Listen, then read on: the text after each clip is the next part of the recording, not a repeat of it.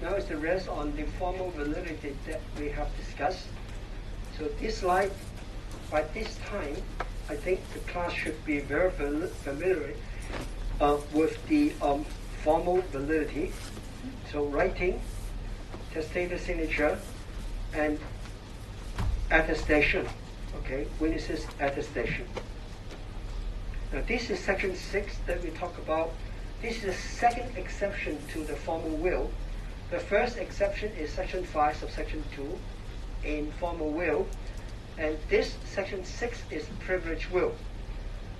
The law provides for certain type of persons in certain particular circumstances to make will in an easier manner. These two type of persons are people in actual military service or seamen at sea. If either of these two circumstances fits in, then it is permissible for this miserable or high-risk people to make a will. We don't need to worry about the legal capacity. We don't have to worry about the formal validity. What we need to prove, or we need only to prove, is whether the other aspect of the testamentary intentions can be proved. Namely, you prove on the testamentary capacity, and then you move on to prove the testamentary intentions. So in these two aspects, the substantial validity is being proved. In other words, we may have a soldier or a seaman at sea who is under 18, In order to make a will, that means they are most liable to risk their life.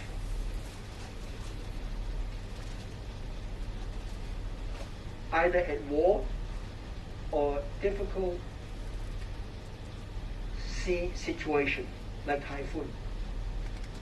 So in this kind of critical situation, then the legal capacity is to be accepted automatically. And furthermore, you don't need to care about or concern about whether it is in writing. Let's assume in almost most of the situation, these people can be readily accepted as having the substantial validity. How can you be a soldier when you are crazy? Okay, this is common sense. The most difficult part in this kind of situation is the evidence to be adduced in order to show the contents of the will. So you would rely on third-party evidence, people who are about to die together in the same war, in the same typhoon, to say that, oh, he's about to die, and right before he died, he said, I'm going to die. If I were to die, give everything to my mother. So that will be sufficient in this kind of privileged situation in order to provide for the validity of a privileged will. That, in fact, is the only exception in Hong Kong where one can make an oral will. Well, we can say in my lifetime, I've not been exposed to war. What I have is various types of typhoon, and probably seamen at sea, including all these fish boats. They are or maybe in a position to make a will like this. But in my real life, I have never seen any such will being established in Hong Kong yet. It's only a textbook exception. Rather, of the two exceptions, it is informal will that I've told the class that it's become so popular in Hong Kong. Okay, so popular in Hong Kong.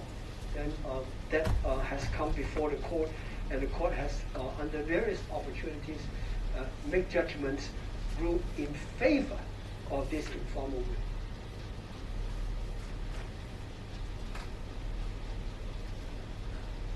This is section 5, subsection 2. Just to refresh your memory, the only requirement is a document, meaning it is in writing. So, what do we need to prove in an informal will like this in examination? You should need to be able to explain all this. Well, it needs to be a document, meaning a will in writing. And then the most important thing is you will need to establish the testamentary intention at a higher level, at a criminal standard, no reasonable doubt. If we are able to prove all these three elements under this slide, then a will be accepted as valid, even though the two other elements are absent. The two other elements, meaning testator's signature and attestation from attesting witnesses. Now, revocation, there are two types of favorable questions asked along this line, okay, on revocation. First of all, this is revocation, 4 types of revocation. 4 types: marriage, subsequent marriage, A. B, subsequent will.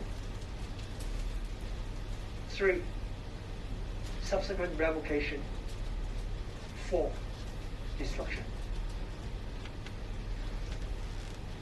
The first 3 types, they all happen at day 2, when the will was made in day 1. For the 4th one, of course, is day 2, destruction. The thing that we need to remember on this slide is on the intention. The thing we need to remember is of item 2 and item 3, it's reasonable to remember you need to have the intent to revoke.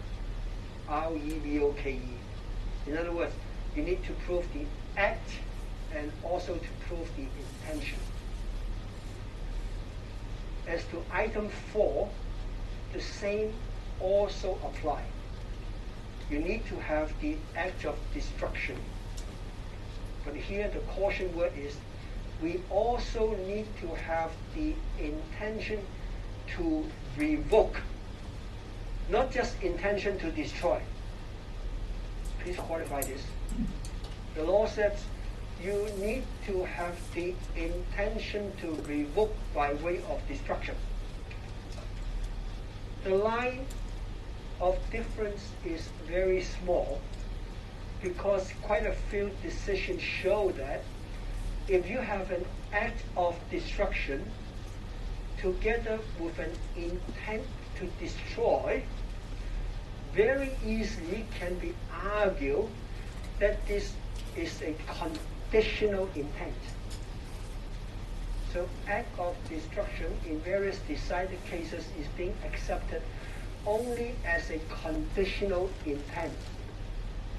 But what we need is an unconditional intent by way of revocation.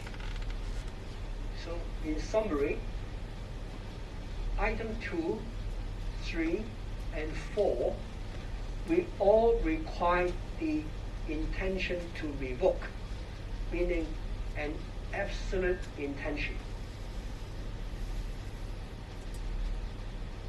And then item 1, I have to draw your special attention to marriage.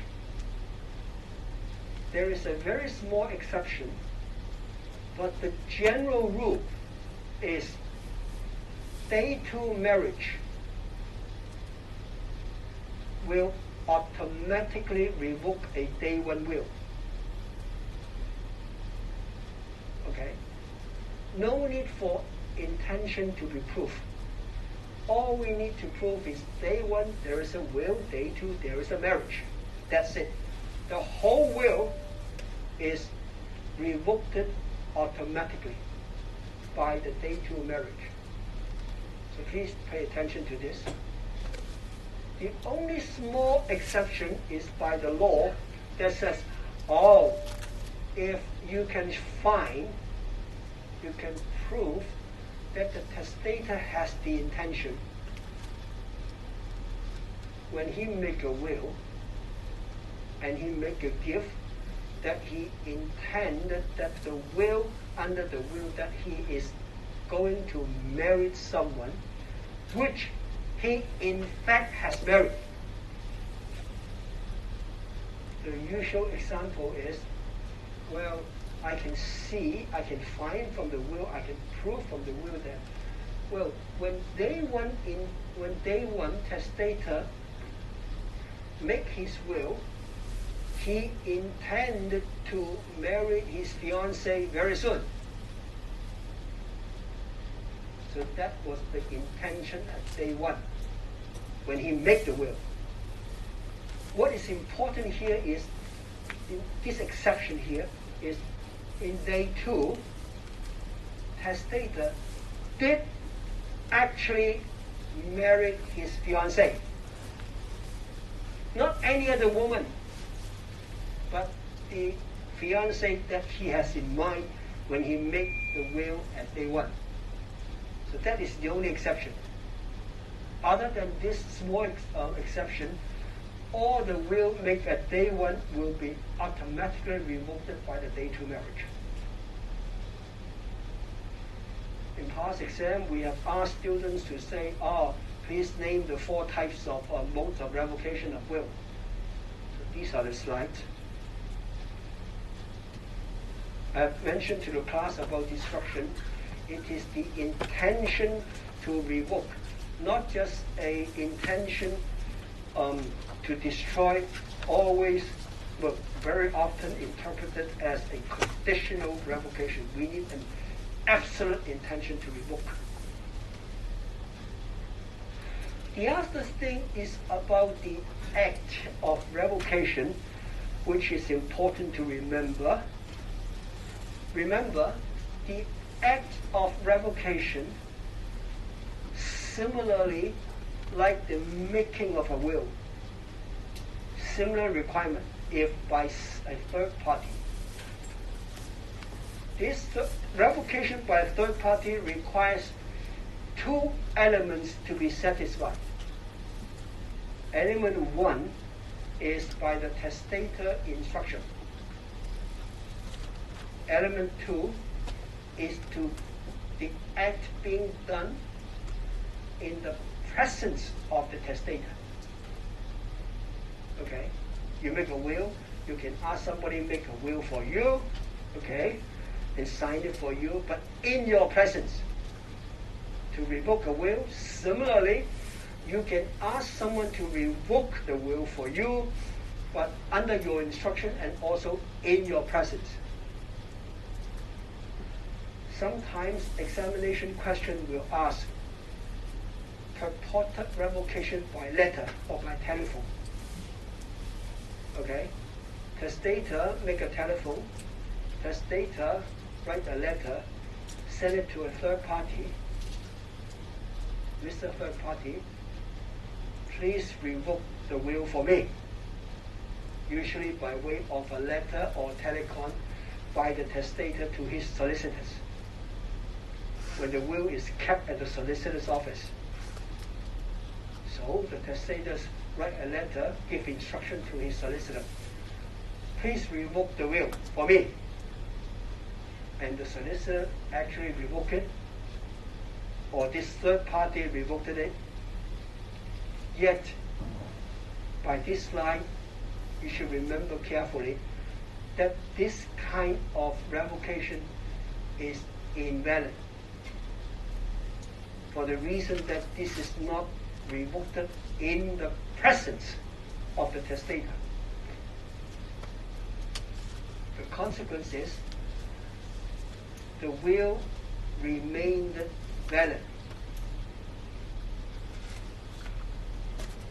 The problem there that follows will be, how we can establish the original contents of the destroyed or the revoked will. So if we have the draft, if somebody has seen it, like for example the solicitors, then they can say, this is the contents of the will. So in order to prove to the satisfaction of the court of the original contents of the will. All right?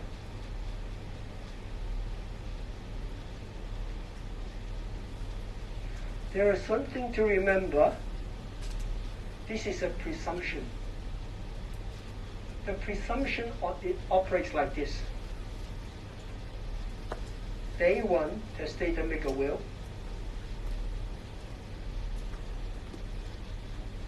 Day two, testator die. Yet at day two,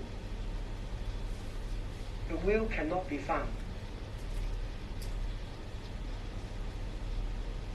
So if it is established that in a lifetime the testator has never departed with his will, like giving the will to somebody else or to his solicitors, so a day two remain all the time in his possession, and yet you cannot find it. Then the presumption will be that the testator has revoked the will. Okay, so this is the presumption. Day one, the will is made, never departed. Day two, testator died, original will cannot be found.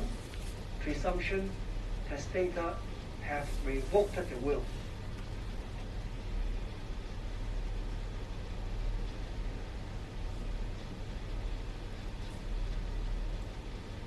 This is what we just discussed about the marriage. No requirement to prove the intention to revoke. General exception, the particular marriage.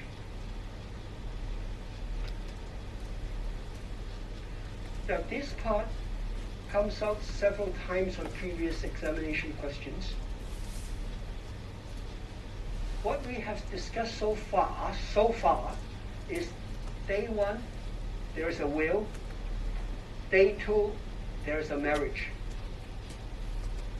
This slide is not the case.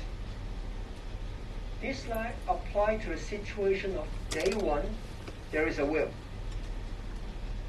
And day two, there is a divorce. Not a marriage, but a divorce. We have to be careful on the consequence. If this is a day two marriage, the general result is day one will is revoked. Now this is a day two divorce, then the legal effect will be the will remains valid. The will remains valid. It is only part of the contents relating to the divorce that is losing its effect. Two scenarios: appointment as executor of former spouse, treated as omitted. You appoint your wife as executor, then there is a divorce. The law says the will is valid, but the appointment of the wife as the executor is considered as omitted. No appointment. Secondly, more important, is the lapse of the gift to the former spouse. In a will, you make a gift. It may be all the residual estate or part of the specific gift. The result of a day two divorce is all the gift to the spouse shall lapse, L-A-P-S-E, meaning no effect. Okay? Unless in the will there is contrary intention. Unless contrary intention appeared in the will. Now this is the first time I mentioned to you the term lapse.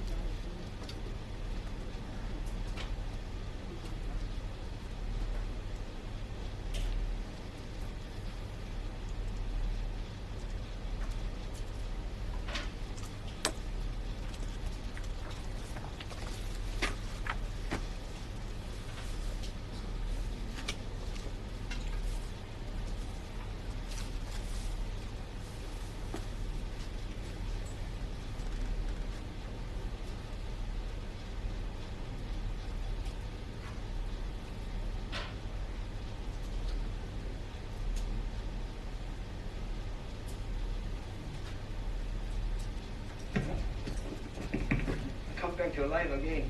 Cancel the divorce. Okay, let's continue. At least it helps you to make you awake.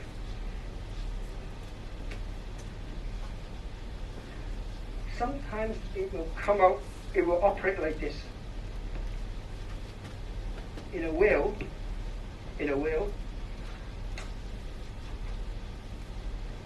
testator appoint the wife and the son as the executor. Day 2 divorce, then the wife as executor is omitted. But the son's appointment as executor remains valid. This is on the appointment. On the gift, it usually comes like this. The residual estate is divided into two parts. One is given to the spouse, the other is given to the mother. Then there is a day 2 divorce. If there is a day 2 divorce, the gift to the spouse lapses, but the gift to the mother remains valid. So this part is okay, right? And the further consequence in an effect like this is there will be a partial intestacy. Half of the residual estate, because of the lapse of the gift to the original, the former spouse, that will lapse. And because this is a residual gift, so that 50% of the residual gift will not be governed by the will. It will go out of the will and then determined by the rule of intestacy. So this part we also need to pay attention to. Got it? So this is the first illustration to you on the consequence of lapse of gift. Here the example is the lapse of part of the residual gift. That goes directly to partial intestacy.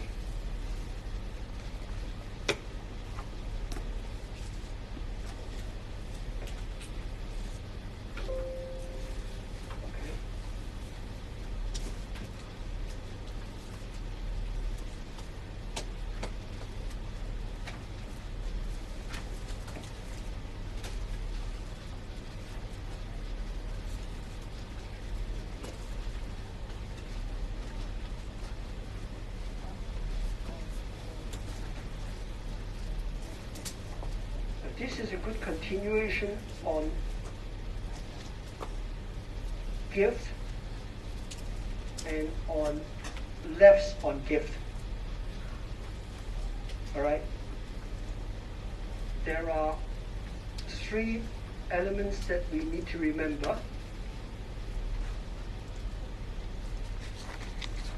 Abatement of gift, redemption of gift, and lapse of gift. Let's do it again. Abatement, meaning reduction, reduce. Abatement of gift.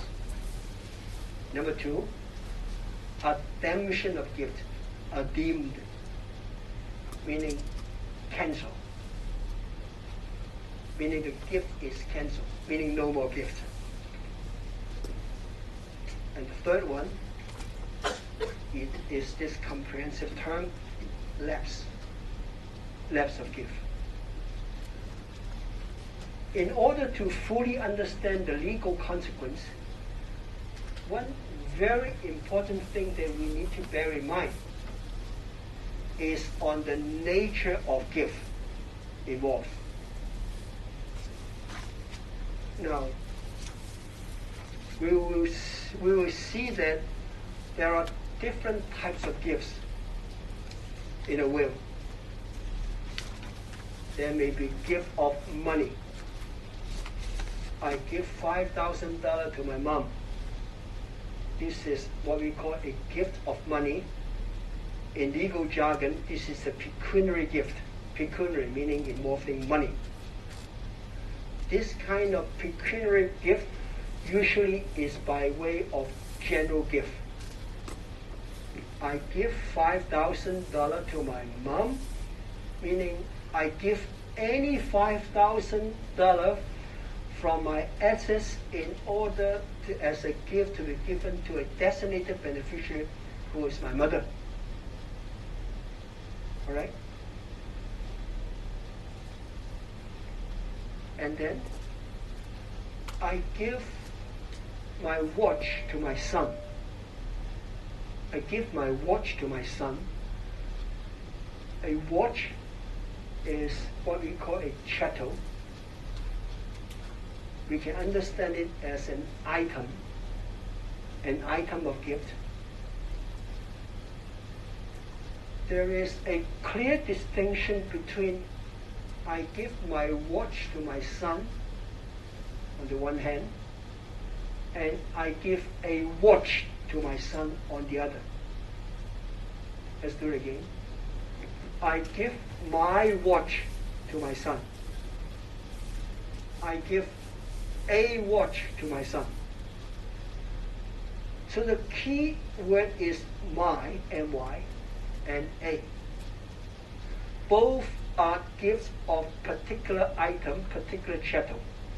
But the legal consequence is entirely the same on most of the circumstances, but in this juncture it's not the same. The key effect is we have to establish what kind of gift is this. Is this a particular gift or this is a general gift? If this is a particular gift, my watch, then when I die, not when I make my will, but when I die, do you find my will? I mean, do you find my watch? If there is a watch being part of my assets, then I give my watch to my son, then there's a watch when I die, then this particular watch shall be given to my son. On the other hand, if I say I give a watch to my son, then there is a discretion on the personal representative to make a gift of any identification as may be specified under the will to the son. If there is no such asset in the estate when I die, then the personal representative will be under a duty to buy a watch of that spec to make it a gift to my son. So that is the difference between a specific gift and a general gift, the differences. Now, by this example, I show you the difference between a general gift and a specific gift.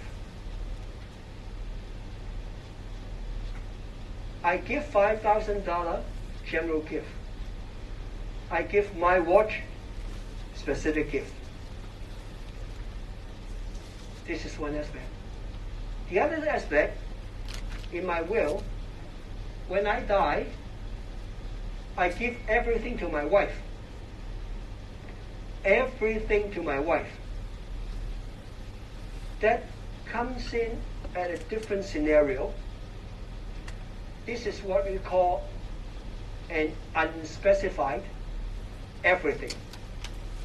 In legal jargon, this is called residual gift. Now, don't worry about the other specs that we have just discussed.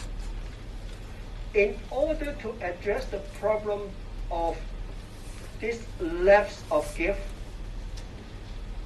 we have to understand from the angle of whether it is a residual gift or it is not. If this is a residual gift, then this is a residual gift. If this is not a residual gift, we call that a non-residual gift. Soon you'll know the difference. The example of $5,000 to my mom and my watch to my son, both of them are non-residual gifts. The difference is, if I give my watch to my son and when I die, I don't have no watch within my assets, then there's no watch to be given. Okay? Even though both of them are non-residual gifts, my watch is a specific gift. And when I die, there is no such specific gift.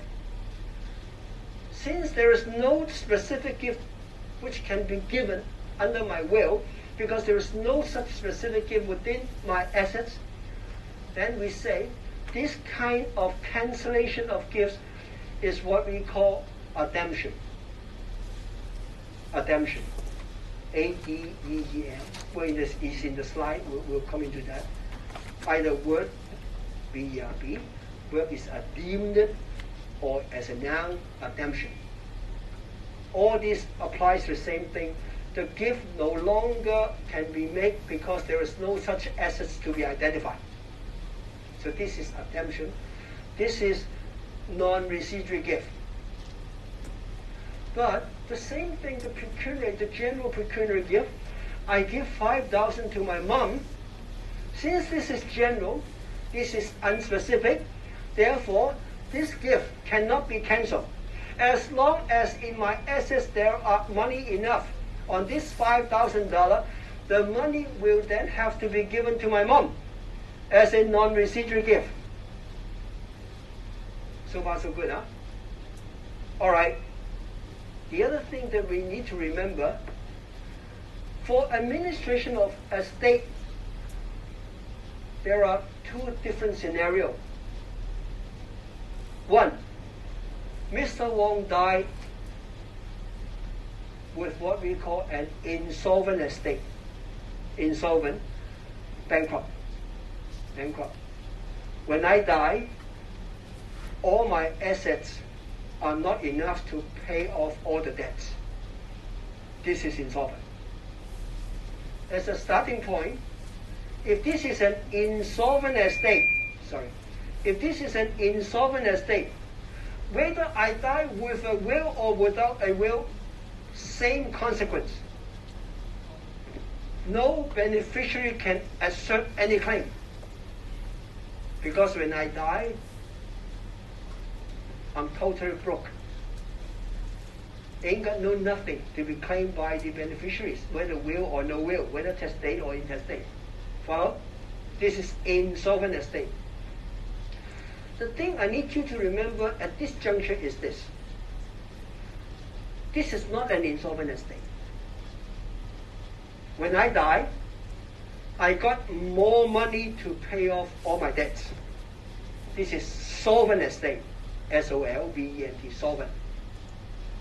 But then, this is a particular solvency because although there are enough to pay off all my debts, yet some of the gifts which I intended to give under my will, usually it has to be in a testate situation, okay? In my will, I give my watch to my son. I give $5,000 to my mom. These are gifts. These are non-residual gifts in a testing situation. Yet, when I die, well, I got enough money to pay off all the debts, but I need to sell my watch. I need to get $4,000 out of the $5,000 of cash in bank to pay off the debts. There are always situations like this. This is a solvent estate, but some part of the assets will have to be applied for payment of the indebtedness. Follow? Good. Then, just a while ago we talked about redemption. I give my watch to my son. When I die, no watch. So this is redemption. Cancellation of a specific gift. Then another situation, I need to apply $5,000. I need to apply $4,000 out of the $5,000 to my mother. I spent $4,000 to pay the debt. So what I have is only $1,000 left. I'm still solvent, because when I die, I got $1,000. But the problem is, I said I will give $5,000 to my mom. So this is a solvent estate, but yet the money is not enough to fully pay all the intended gifts. Got it? This will bring about the doctrine of abatement. A-B-A-T-E-N-E-S-S.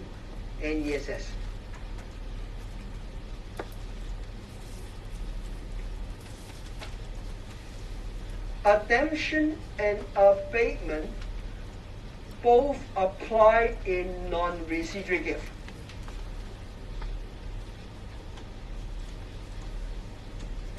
Redemption apply to non-residual gift, which is by way of specific gift. Abatement apply to non-residual gift regardless of whether this is general or specific, under the doctrine of abatement. So if there are different gifts that needs to be applied, that has to be used up, then there is what we call a pro rata reduction. Okay, I make a will. I say I give $5,000 to my mother. I give $4,000 to my father. So both of them are general pecuniary gift.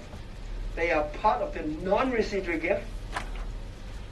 But then, originally there are $5,000 by way of gifts to my mother and my father. Now, I have to use some part of the money, the asset, in order to pay off the debts. I don't have no more $9,000 altogether. Now I only have $900 left. $900. So the consequence would be this. There will be a proportional reduction. Okay? I'll give less to my mother. I'll give less to my father. A proportionate reduction. This, in legal jargon, is called pro rata, P-R-O-R-A-T-A. It's called pro rata abatement, A-B-A-T-E-M-E-N-T. Means proportional reduction. So in my example, just by way of illustration, 9,000, 5 to my mom and 4 to my dad. Then now, only 1/10 of each. So their reduction, proportional reduction. Got it? So this is general understanding. This is relevant on redemption and abatement. Now we go to the other concept called lapse. On lapse, we have to understand the gift by way of these two categories. One is residuary, the other is non-residuary. We don't care whether they are general or specific. We only care whether they are residuary or non-residuary. Got it? Residuary is the ultimate balance.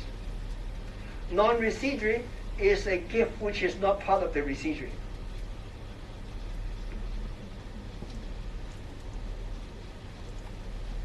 Then it brings us to another fundamental concept. What is a residuary estate? Now, if you understand this concept clearly, that will enable us to proceed on the interstate, on the testate, and also on the court 4.1 situation.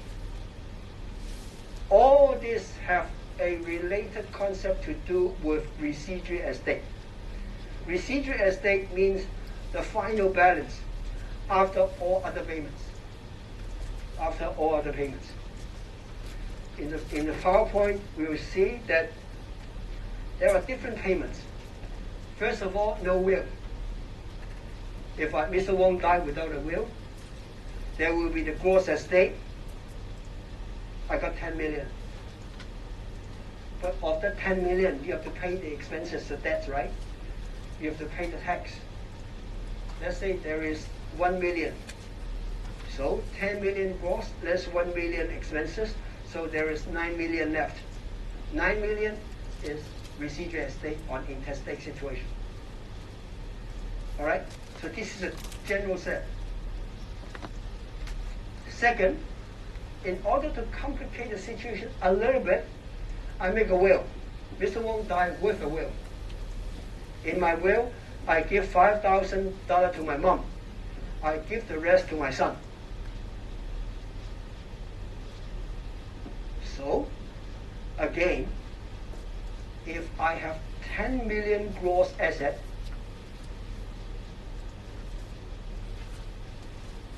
but I die with a will, unlike the interstate situation when I need only to deduct 10 million or 1 million as the debts. So 10 million less 1 million, I have now 5 million. I have 9 million interstate residual estate. But when I die with a will, the money that I give residual estate to my son, that would be 10 million less 1 million debts plus less, how much did I say I give to my son? Or my mom? 5,000. 5,000. Okay. I need to give further something to pay to my mom. So, gross asset, debts, and the non-residuary gift under my will, which is 5,000 to my mom. So in other words, in a testate situation just illustrated, the residual estate is 9 million less the further 5,000 in my non-residuary gift. Got it? So far, got it? Understand? So it's less than 9 million because I have to deduct my gift to my mom, which is non-residuary. Non-residuary gift, that then will give the residual estate in a testate situation. I give all my residual estate to my son. My son will get 10 million less 1 million less 5,000. That will be the balance. That is the residual estate. So far you follow up? What is a little bit more complicated at this juncture is the possible void one order.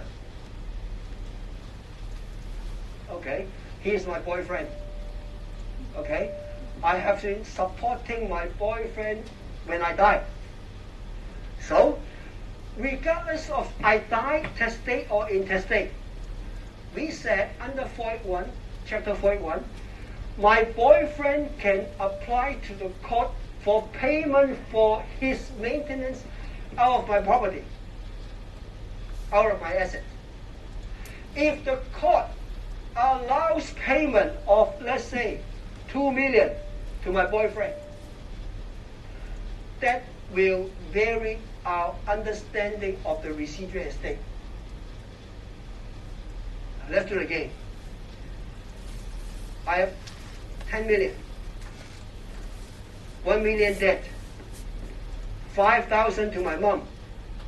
The rest to my son. My boyfriend gets a 41 order of 2 million. So the residual estate goes like this. 10 million less the debt, which is 9 million. From the 9 million, the order of payment, number one order must be to pay the $2 million 41 order made by the court.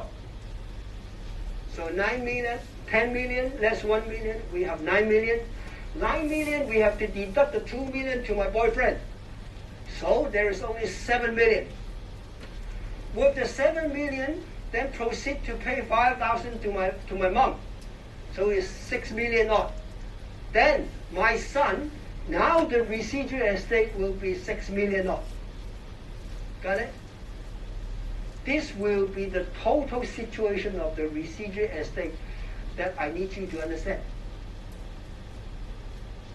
Get back to labs.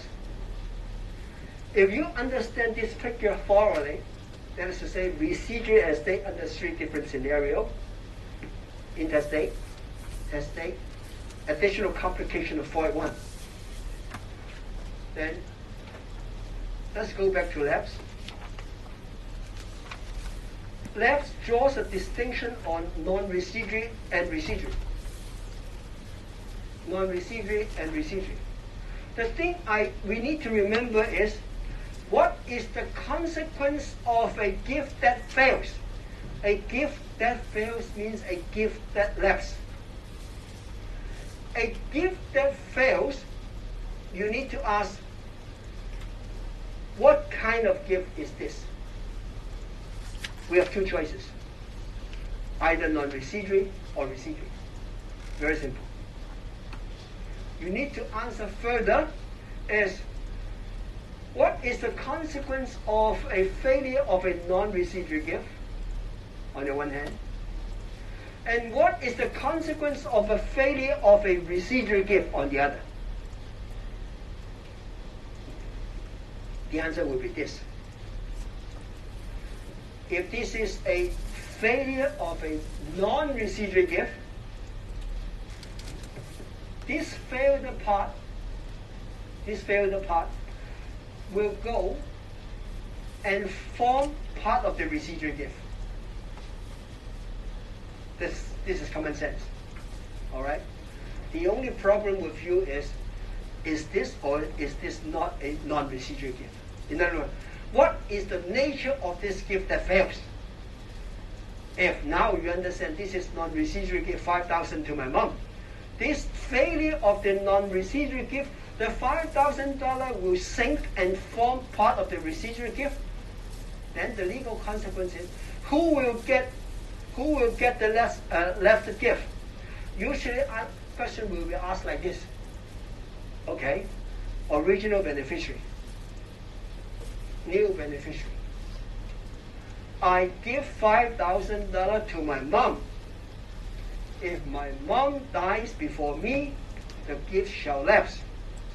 If the gift lapse, consequence, $5,000 shall not be given to my mom. Reason, she died before me. That $5,000 will sink, S-I-N-K, and form part of the residual estate.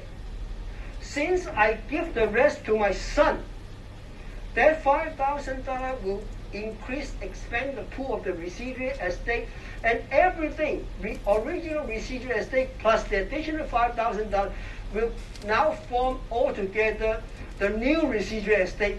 Everything under the old will give to my son. Okay? So what you understand? Good. The final scenario. All right, I give $5,000 to my mom.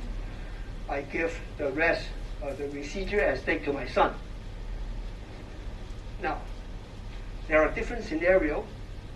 If this is to my son, then there is this statutory exception about predeceased, so on and so forth, which we will discuss a little bit later.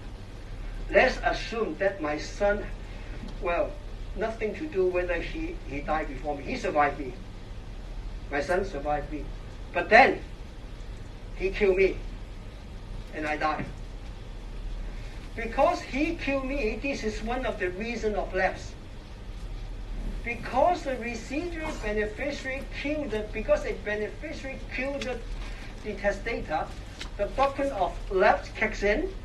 Then the result is that the gift to the beneficiary shall not be of effect. So now, 5,000 okay, but the residual gift intended to be given to my son, no effect. This will be a scenario of failure of the residual gift. We need to remember, if this is a failure of the residual gift, then this part of the lapsed portion will go outside the will. So this is a key element that we need to bear in mind. It will go outside the will, then who will get it? It will be distributed on the basis of a partial intestacy, and this left part is the failed part, that it will be distributed. The term that we used to say is it will be devolved according to the rule of intestacy, which in Hong Kong will be dealt with as if Mr. Wong has died without a will, and as to who will be the next of kin entitled to this left part will be according to the rule of intestacy, which is Cap 73. So that will be your ultimate answer. Got it? What I have told the class so far is what is going to be discussed under these slides in this lecture. I repeat. First, general gift, specific gift. Specific gift will cause redemption. General gift may cause abatement, reduction. Then, non-residual gift and residual gift. Residual gift are affected by three different scenarios. 1, fully intestate. 2, testate. 3, additional complication of Void 1 order. Then, on failure of gift, which means lapse. On the lapse of gift, then you ask, is this non-residual gift or residual gift? If this is non-residual gift, then it will go and form part of the residual gift. It will be received by the residual beneficiary. If this is a failure of the residual gift, it will go outside the will, causing partial intestacy, and the left part will be devolved according to the rule of intestacy based on Cap 73, the Interstate Estate Ordinance. Got it? So this will be the general framework that you need to remember. Redemption, abatement, and lapse comes up frequently in the last few years' examination questions.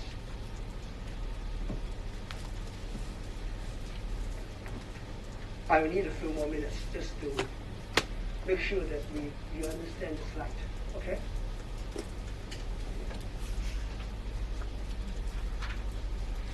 These are just introductory booklet. You need to refresh your memory. Now, this is what I have talked about. I started off with the gross estate. Now, these several slides is on what is the residual estate. You started off with gross estate. 1 minus 2 will give you residual estate, number 5. So the key element, 1, 2, 5. Item 6 will only be of effect when we come to discuss on IEO.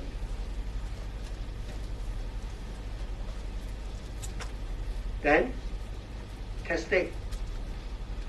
Testate, 1, 2, further complication, item 4. Then you come to residual estate. item 5.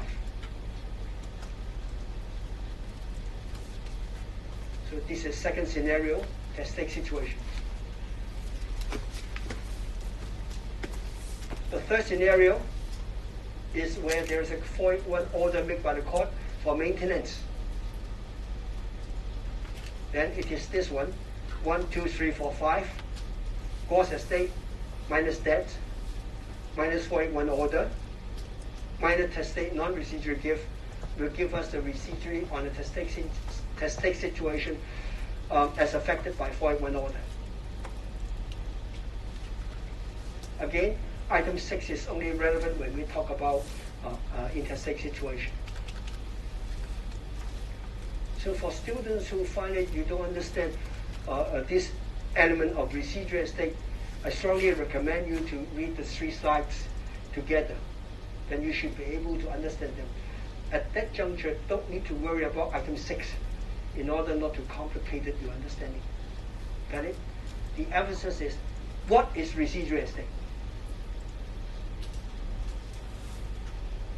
Classification of gift. You see this? Non-residual gift and residual gift. Non-residual, general, specific. General, 5,000 to my mom. Specific, my watch to my son.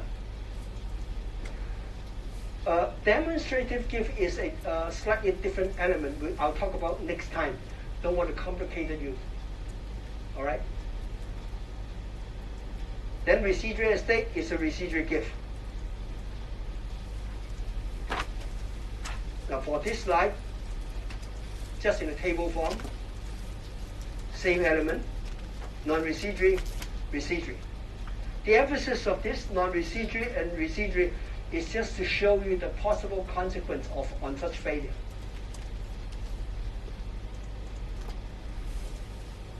Non-residual gift, general gift, a car, specific gift, my car,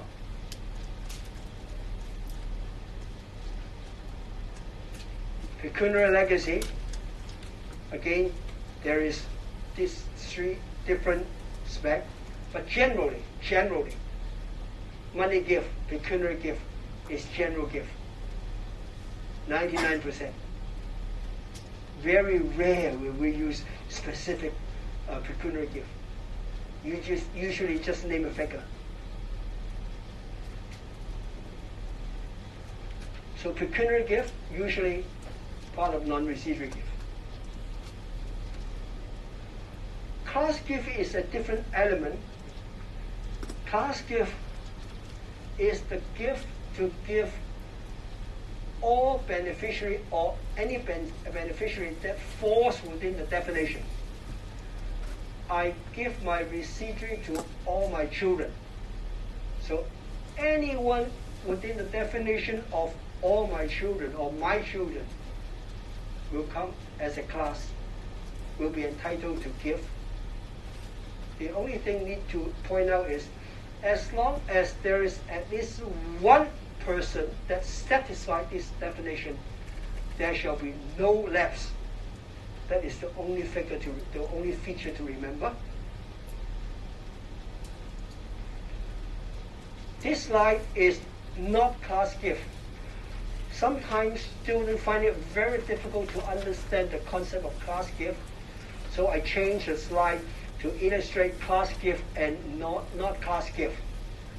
So if necessary, you can study these 2 slides.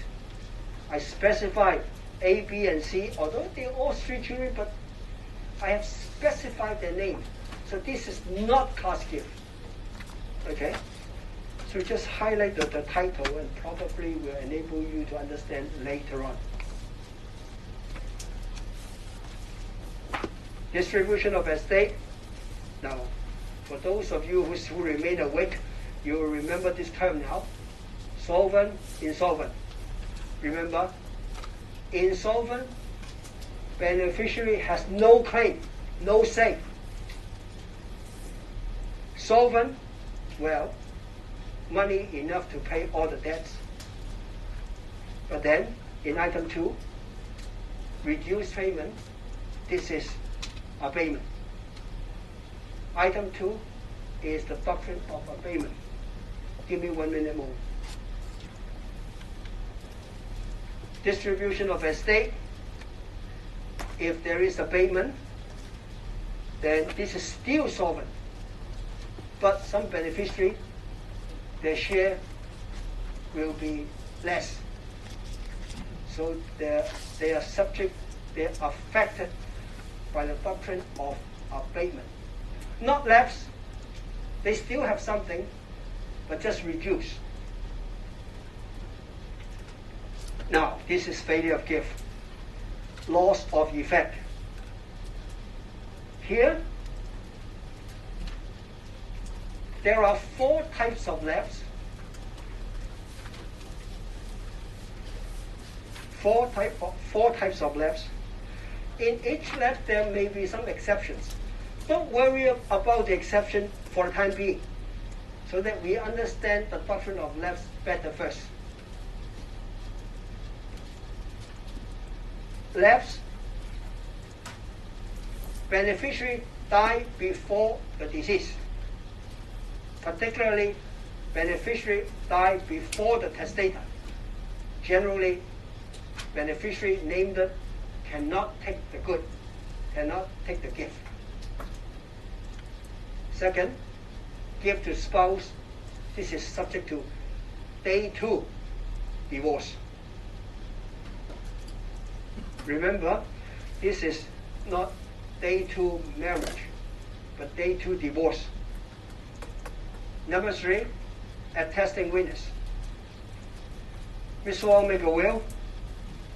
This is my mother. This is my son. In my will, I give him $5,000. In my will, I give to my mom all my residual estate. Both of them sign under my will as my 2 witnesses. This operate, they are both attesting witnesses. Generally, the will remains valid. The gift failed. Get it? This is general situation. 5,000 cannot take. All my rest residual estate cannot take. Doctrine of lapse kicks in.